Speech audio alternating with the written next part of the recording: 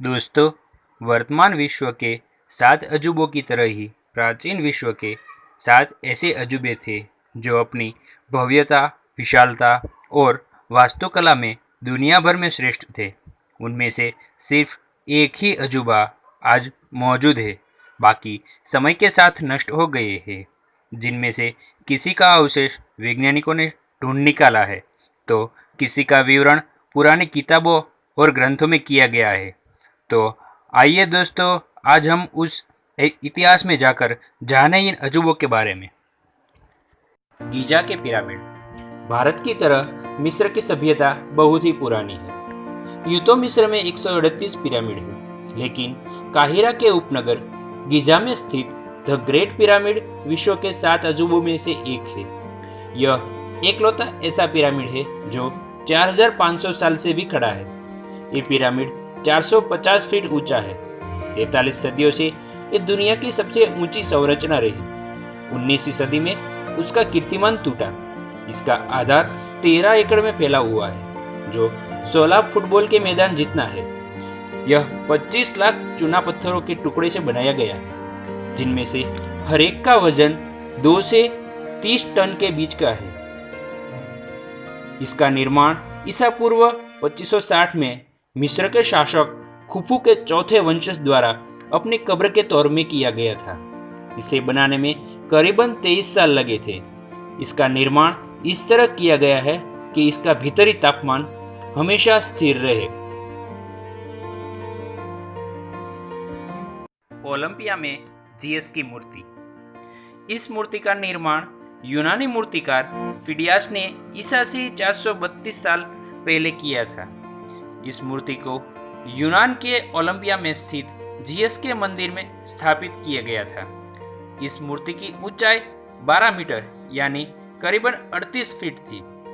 इस मूर्ति में जीएस को बैठी अवस्था में दिखाया गया है। जिस तरह हिंदू धर्म में इंद्र को देवी देवताओं का राजा मानते हैं, इसी तरह ग्रीक लोग जीएस को देवी देवताओं का राजा मानते हैं। इस जीएस का दूसरा नाम जुपिटर भी है। एलेक्जेंड्रिया का प्रकाश स्तंभ। ईसा पूर्व 284 से 246 के बीच इसका निर्माण मिस्र के फोरेस में हुआ था, जिसकी ऊंचाई 103 से 118 मीटर यानी 338 से 387 फीट तक थी, जिसका निर्माण चिनाई माटी और पत्थरों से किया गया था। इस लाइट हाउस से करीबन 50 किलोमीटर की दूरी तक प्रकाश दिखाई देता था, जिसका आकार नीचे से अष्टकोण और ऊपर से बेलनाकार था। ईसा पूर्व 956 से ईस्वी सन 1323 के बीच 3 बड़े भूकंप से प्रकाश स्तंभ बुरी तरह से क्षतिग्रस्त हो गया था। यह ईस्वी सन 1480 तक जीवित रहने वाला दूसरा सबसे बड़ा प्राचीन अजूबा था। बेबीलोन के झूलते बगीचे। बेबीलोन के हैंगिंग गार्डन प्राचीन दुनिया के 7 अजूबे में से एक था, जो कि हेलेनिक संस्कृति द्वारा सूचीबद्ध किया गया है। ये रेगिस्तान में विभिन्न प्रकार के वृक्षों, झाड़ियों और बगीचों की एक चढ़ाई श्रृंखला के साथ ये मिट्टी और ईंटों के बने एक बड़े हरे पहाड़ जैसा दिखता था। यह आज के इराकी नगर अल हिल के निकट स्थित था। इस उद्यान का निर्माण नबूकदनेस्सर द्वितीय ने ईसा से 1600 वर्ष पूर्व किया था। ईसा से 2 शताब्दी पूर्व एक भूकंप ने यह पूर्ण रूप से नष्ट हो गया था। आर्टेमिस का मंदिर। प्राचीन काल के 7 अजूबे में से एक, ये तुर्की शहर के सबसे दिलचस्प स्थलों में से एक आर्टेमिस का मंदिर है। यह समुद्र के पास प्रायद्वीप के दक्षिण में स्थित है और एपोलो के मंदिर के बहुत ही करीब है। उन दिनों में स्थानीय निवासियों एपोलो को सूर्य का अवतार मानते थे और आर्टेमिस को उसकी बहन मानते थे।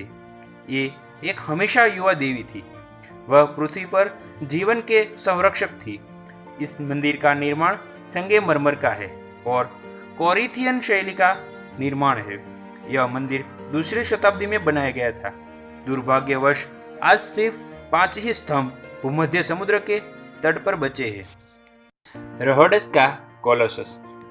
रोहोडस की यह विशाल मूर्ति यूनानी द्वीप रोडेस पर यूनान के देवता हेलियोस की एक विशाल प्रतिमा थी, जिसका निर्माण ईसा पूर्व 292 से 280 के बीच किया गया था, जिसके निर्माण के लिए लोहे के मजबूत सलाखों के साथ किया जा रहा था, जिस पर पीतल की प्लेटों को त्वचा बनाने के लिए तय किया गया था, जिसकी ऊंचाई 33 मीटर थी।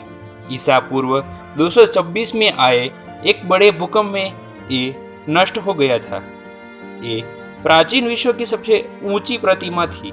आज दुनिया की सबसे ऊंची प्रतिमा भारत के स्वतंत्रता संग्राम के नायक सरदार वल्लभ भाई पटेल की है, जो 182 मीटर यानी 600 फीट है।